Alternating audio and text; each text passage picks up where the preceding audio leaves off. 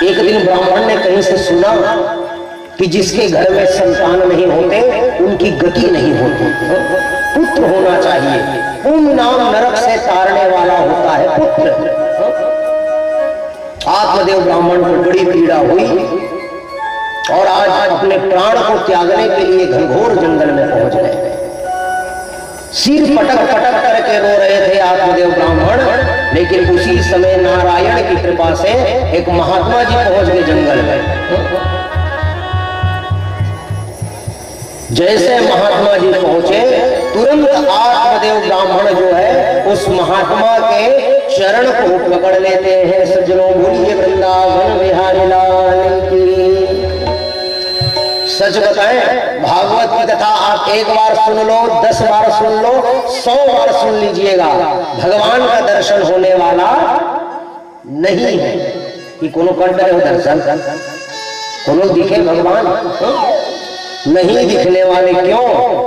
क्योंकि कलयुग केवल नाम आधारा, सुमर सुमर नर उतरहि पारा। नाम का आधार है। और एक बात मैं आपको और बताऊं, अगर भगवान को प्राप्त करना है तो संत महात्मा कहीं भी दिखे उनके चरण को पकड़ लीजिएगा। भगवान मिले या ना मिले, भगवान का लोक अवश्य प्राप्त होगा। बोलिए वृंदावन बिहारी लाल की।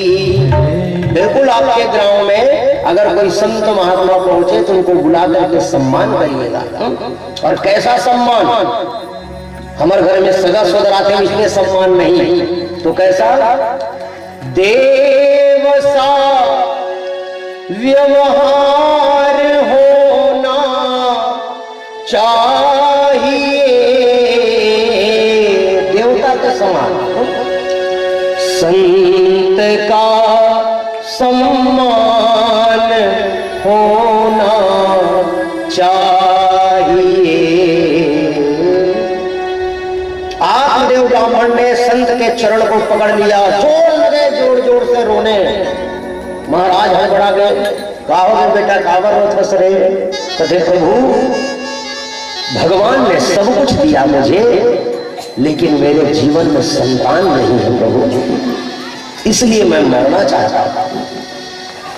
संत तो संत है भैया।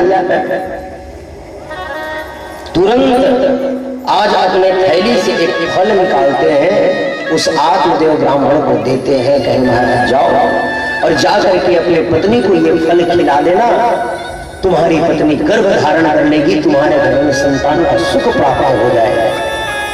आत्मदेव ब्राह्मण का दुर्भाग्य ये था, ओखर घर में ठन गाय बहु मांझ, पेड़ लगाए उनमें फल नहीं लगे।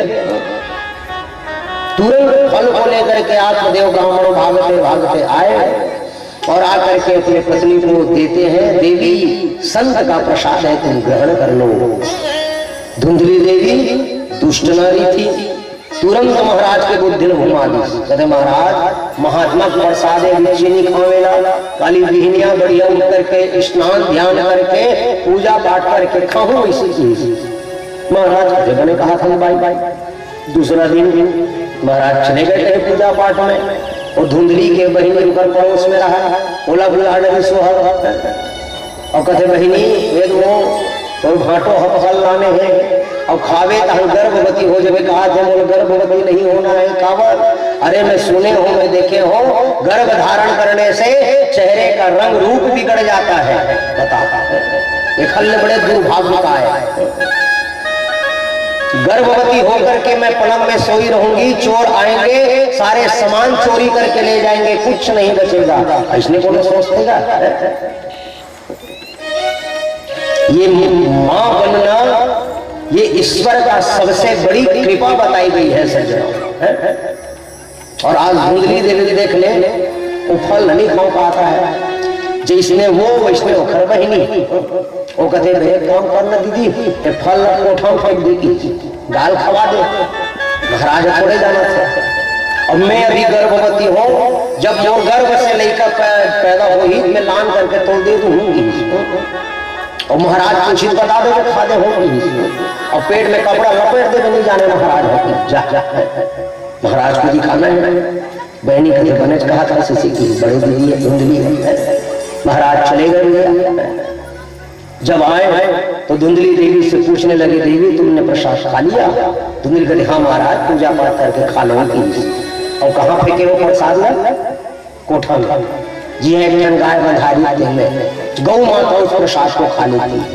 समय आया तो आज धुंधली के बहनी के गर्भ से जब लड़का जन्म लेकर के आई तो पीछू डहार के रास्ता ले लान के भैया धुंधली देवी लो लड़का उधर आ रही और ओखर बदला में कुछ पैसा लेकर घर बहनी चल गई। बताओ अब वो महाराज के लड़का हो सका बहुत खरीदे लेगा पैसा खरीद के लाने हैं तो इसमें हो गए।